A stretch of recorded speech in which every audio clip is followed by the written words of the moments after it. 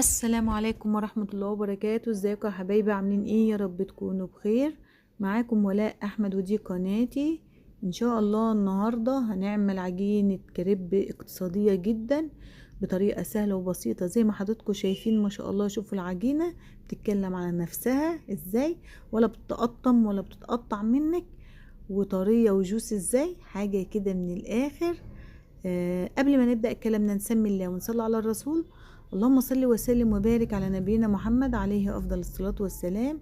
يلا يا حبايبي نشوف الجمال والحاجات الجميلة كده الاقتصادية جدا اللي هنقدر نعملها في بيتنا طريقتنا.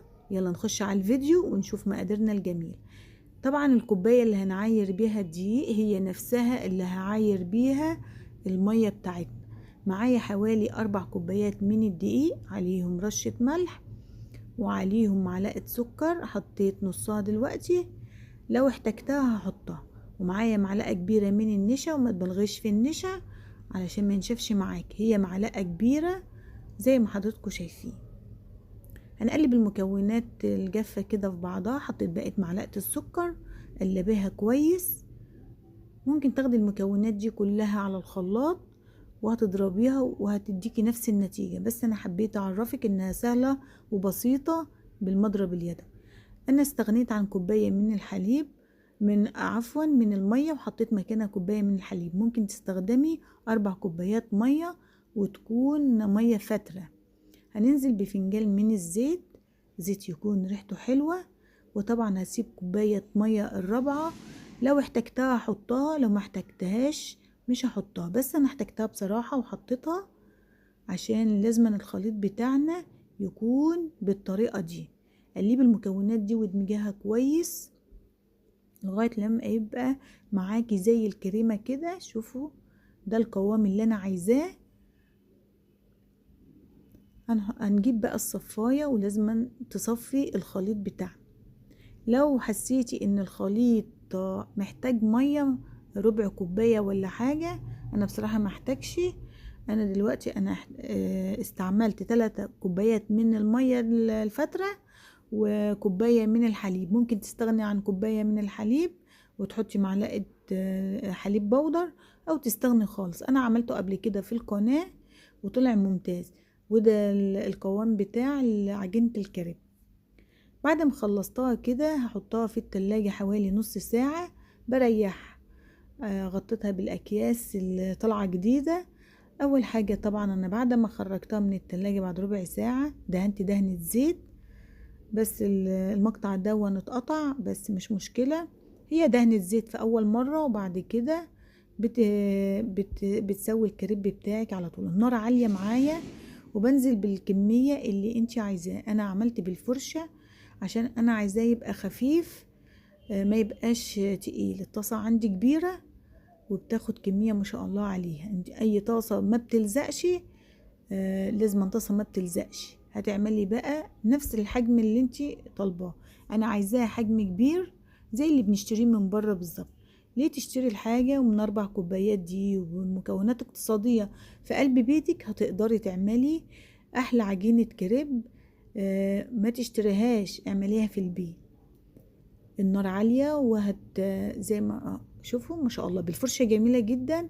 بتدهني زي ما بتكوني بتدهني كده صينية قلاش كده من بينها وبين بعضها بالسمنة. دي سهلة وبسيطة، بس أهم حاجة هدي النار في الأول وبعد كده علي النار. قلبي بقى للناحية التانية عشان تسويه على الناحيتين، وهتعرفي ان هو استوى ازاي. ان هو يبقى فيه فقاقيع لونها بني كده، بس طبعا ما تحرقهوش. هتحضري صينية عليها فوطة مطبخ نظيفة كده، واللي هتطلعيه هتحطيه على الصينية وتغطي عليه طبعا عشان يدنوا معاكي طري. هعمل معاكم بنفس الطريقة. ممكن تجيبوا كوباية تعيري بيها وتنزلي الخليط بتاعك وتوزعيه على الصينية. طريقته سهلة وبسيطة وهتقدري تعمليه.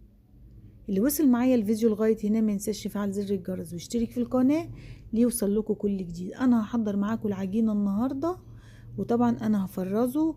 اي وقت عايزة اعمل كريب تبقى العيش بتاعي موجود عندي. بس قبل ما تفرزيه تسيبيه يبرد خالص، وبعدين تدهني بين كل واحدة والتانية دهنة زيت صغيرة كده عشان ما يلزقش منك.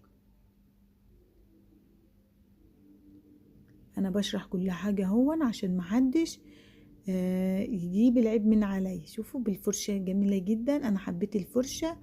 لو عندك عصاية الكريب هتعملي بيها على طول، بس دي اللي متوفرة عندي. الطريقة دي عملت معايا كمية ما شاء الله عليها. انا ما سرعتش الفيديو في الحتة دي عشان تشوفيه. اللهم صل وسلم وبارك على نبينا محمد عليه افضل الصلاة والسلام. لا اله الا الله وحده لا شريك له، له الملك وله الحمد وهو على كل شيء قدير. ادعموني بلايك واشتراك ودعوة حلوة كده لكل حبايبكم، وشجعوني عشان انزل لكم كل حاجة اقتصادية تقدري تعمليها في البيت وما تشتريهاش من بره تاني. اعمليه في البيت كل حاجة نضيفة. ليه تروحي تشتري الكريباية ب100 جنيه ولا ب120 جنيه وانت تقدري تعمليها في قلب البيت بصدر فرخة. هتعملي شاورما، تعملي بانيه، شاورما لحمة اللي متوفر عندك، وممكن تعمليها تحشيها بطاطس مع شوية جبن كده حلوين، هيدوكي نفس الطعم ونفس الجمال. اعمليه لأولادك في بيت. شوفوا ما شاء الله العجينة عاملة ازاي، ولا بتتقطم ولا بتشقق ولا بتعمل اي حاجة. اعمليه مثلثات كده واعمليه رول. شوفوا ما شاء الله طريقة سهلة وبسيطة، ووضحت لكم كل حاجة في الفيديو. رول بقى كده بيبقى جميل وعليه بشاميل بيبقى روعة، او شوية جبن حلوة كده ورصيه في صينية. ممكن تعمليه طبقات من فوق بعض، يعني ممكن تعمليه بالطريقة اللي انتي عايزاها وحباها، هي نفس الطريقة. لو ما بتعرفيش تعمليه مثلثات، بصراحة عجينة طرية وجوسي وجميلة. وانا ما بشتريهوش بصراحة من بره، انا بعمل في البيت من 4 كوبايات دقيق، يعني نص كيلو دقيق ب10 جنيه ولا ب9 جنيه ولا ب8 جنيه. هتقدري تعملي ب8 جنيه حاجات جميلة كده، وهتستغنى عن كوباية الحليب وحطي كوباية المية وهتديك نفس النتيجة. شوفوا ما شاء الله، مفيش تسلم ايدك يا لولو. وده كان فيديو النهاردة يا حبايب قلبي، واشوف وشكم على خير ان شاء الله في فيديو جديد. كانت معاكم ولاء احمد من اكلك احلى مع ولاء، والسلام عليكم ورحمة الله وبركاته يا احلى متابعين. اشوفكم على خير، سلام.